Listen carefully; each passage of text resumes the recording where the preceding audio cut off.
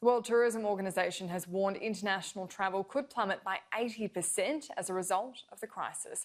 Joining us live now is Liz Price, General Manager at Ocean Road Tourism. Liz Price, thank you for your time. How badly has the Great Ocean Road been impacted by the restrictions on movement?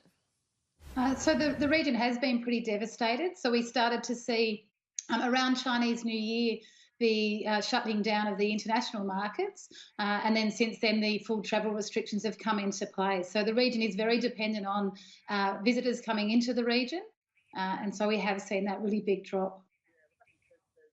If there is an easing of restrictions that allows people to start travelling to cafes and restaurants around the region, are you confident they'll be able to cope? So it's probably a bit of a double-edged sword with cafes and restaurants starting to open without, as the restrictions progressively ease, because we really do need Melburnians to be coming down as well as interstate and international visitors to get back to occupancy levels. Most of the populations in these towns are actually quite small and really do depend on visitors coming into the region. So we get nearly 8 million visitors a year, and this has been happened right at our peak period of visitation.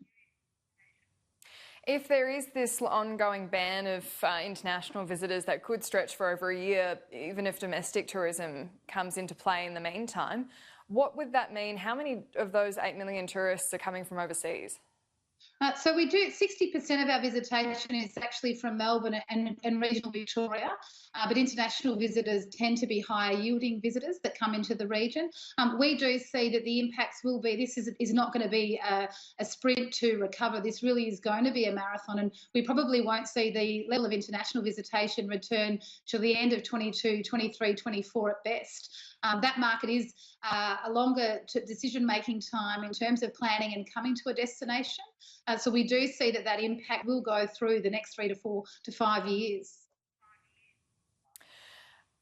And what are you hoping comes out of today's Cabinet decision? Are you hoping that we do start to see some easing of restrictions? We know Victoria is waiting until May 11 to revisit any of your restrictions, but after that, are you hoping you can start to see more visitors coming? I think from a lot of the businesses' perspective, it's really challenging that if the restrictions are just lifted slightly, that they have pivoted. Some of them are actually doing takeaway, delivery or online type services now. The easing might mean that there's almost this pressure to go back to opening up and offering a full service, which they won't be in a position to do. But their overheads will go up. So we will see that they will really need to be focusing on possibly still maintaining a reduced operation to ensure their business survival. I think the challenge really is that we are going into the slower season. Most businesses in this region really do rely on the summer to get them through a very slow winter.